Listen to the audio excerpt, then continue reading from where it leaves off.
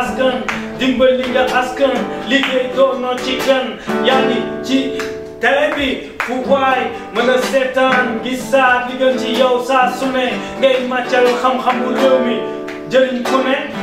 gone mag ak ndaw góor ak jigéen ñëpp la sopp saa su ne nga bëgg a am xam-xam wala xam lii dox ci réew mi